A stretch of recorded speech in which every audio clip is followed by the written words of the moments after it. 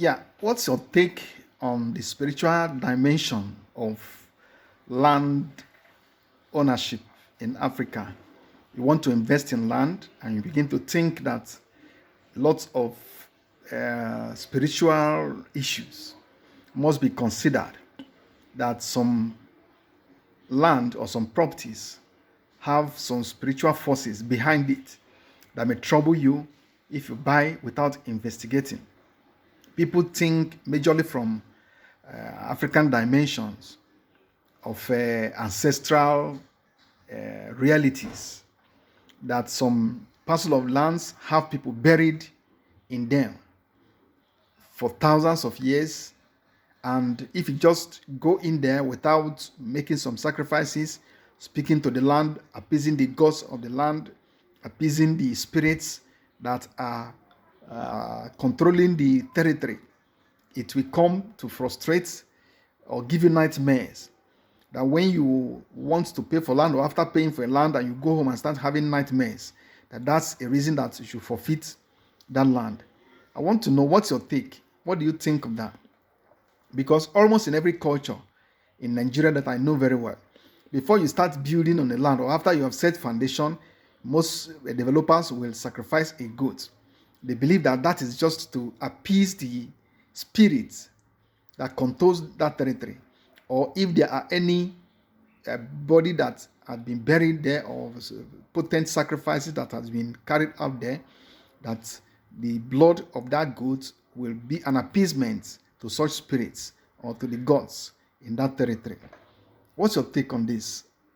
Is this something that investors should give a second thought to? Or is it something that you can wave away with your hands, believing that it's nothing? And why is it that it's only Africans that consider such things as necessary? Sacrificing a goat before you commence developing structures. You cannot dismiss the fact that there are deities, there are gods and goddesses, spiritual forces controlling some territories. But development is part of modernization, which of course is more powerful than most of these spiritual considerations. But is this something that you, as a modern man in the 21st century, should give credence to, should give consideration to, if you want to invest in a land, in a particular community, in a particular location, or just in every location? Do you need to go into divination because you want to invest in a particular land? Because some people will tell you, yes, from their direct experience, they have had incidents where they made a transaction in a particular location or in a particular land and lost their peace and lost their investment and begin to experience some crisis. Some will tell you that when you start having a fight from the youths in a particular community after investing or purchasing a particular land, that could be an indication of the spirit of that ancestral land trying to fight you, trying to resist your acquisition of that property. The question I want to ask you is, how true are these things?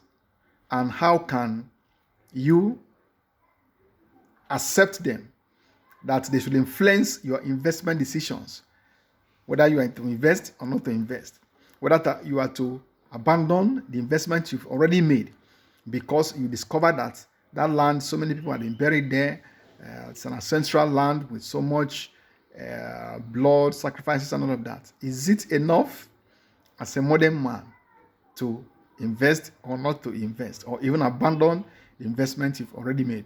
That's a question I want us to ponder on, because it's a trend that is coming up stronger. You know, mostly in the villages, you have seen that the developers, or even the person that is trying to build on that property, it could be your own personal land in your own father's compound that you want to build. You will sacrifice a goat before you raise up that structure.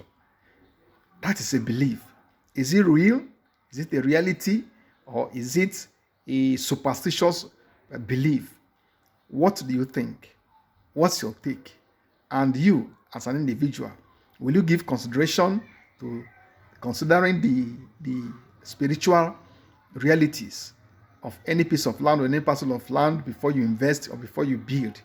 I want to know what you think. Thank you.